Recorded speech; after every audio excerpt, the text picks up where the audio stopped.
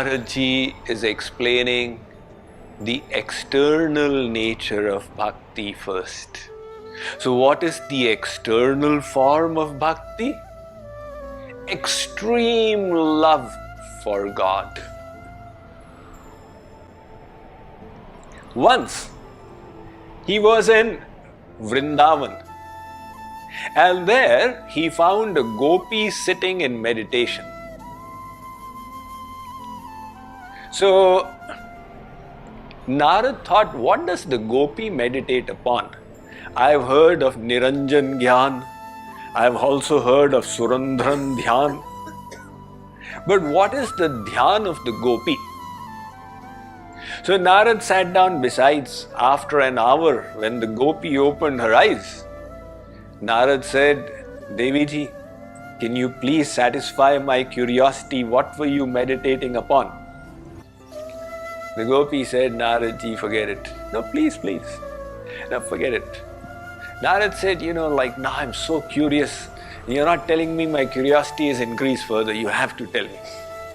The gopi said, I was trying to take my mind away from Sri Krishna. She's sitting and trying to yank her mind away from God. Narad said, what? Everybody tries to draw the mind away from the world and onto God. You're doing the reverse. The gopi said what to do. His form is so embedded in my mind. Whatever I do, he lands up there. If I am churning the butter, it seems that he's coming and dropping the pots. If I am cleaning the floor, it seems he's running on it. If I am putting the children to sleep, it seems like he's waking them up.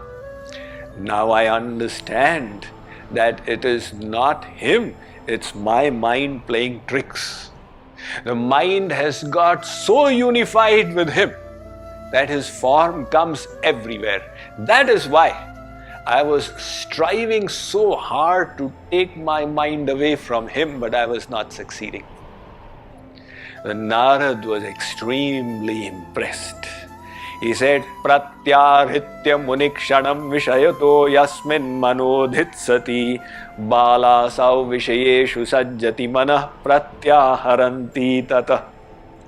Big yogis in their meditation strive that somehow or the other they should withdraw the mind from the world and attach it at the feet of God, and they don't succeed. And look at this gopi. She is trying the reverse sadhana and not succeeding. And Narad Ji is saying such immense love is bhakti. Other saints were asked, what is the nature of bhakti? Tulsidas was asked. So he said, Kamihi nari pyari jimi, Lobhi priya jimi dama, Timi raghunath nirantara, Priya lagahu mohiram. He says, like a greedy man loves wealth, he's always hankering for it. There is the story of one Seth Ji. He had his shop, and the most blissful part of the day would be in the evening when he would count his notes. So after he would close the shop, he would sit and count. One day he was going on and counting. One was over, second, third time. His wife said, come on, it's time for dinner. She invited him 3-4 times, he did not come. So finally she got so frustrated. She took the sweet dish, the kheer, 1 spoon, and put it in his mouth, that this will wake him up. But his mind was elsewhere, and he thought that, I have eaten the sweet, that means the meal is over. So he said, all right, now I need to wash my hands, my meal is over.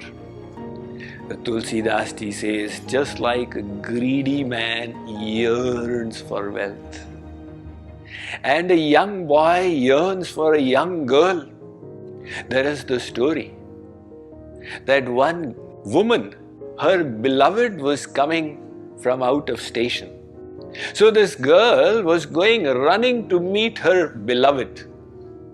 At the same time, Akbar was touring his kingdom for an inspection. So being a Mohammedan, he used to say the namaz 5 times. And in the namaz, they spread the sheet and then they sit on it and say the namaz. So Akbar had spread his sheet. They consider it sacred. They consider it a representation of Allah. And he was saying the namaz when this woman was running to meet her beloved. She did not realize she placed her feet on the sheet, but Akbar saw it. So Akbar said to Birbal, "This woman should be brought to my court." Now the next day, the woman was brought to court. Akbar said, "You ran on my namaz sheet?" The woman said, "Absolutely not. Badshah Salamat. I am telling you, you ran." "No, I did not." Akbar said, "Then am I mistaken? I very clearly saw you ran." The woman said, "I have no recollection of it."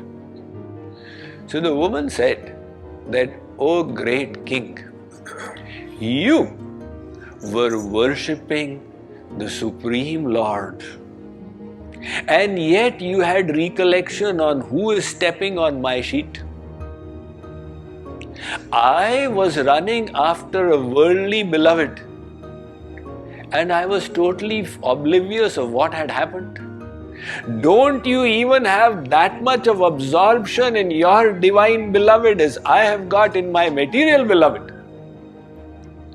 So Tulsidas says, that kind of complete absorption, that is Bhakti.